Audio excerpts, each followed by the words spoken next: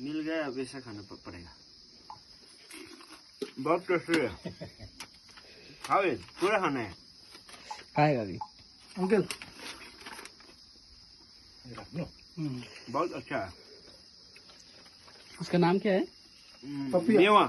नेपाली में मेवा, इंग्लिश में पपाया, हिंदी में क्या बोलता है? अमृत? नहीं, अमृत उसको दूसरा है। बंगाल में बोलता जो है, भी है खाने का चीज है, खाना पड़ेगा। बांग्ला में बोलते हैं पेपे। पेपे पेपे पेपे खा रहे हैं हम लोग, सभी लोग देखो।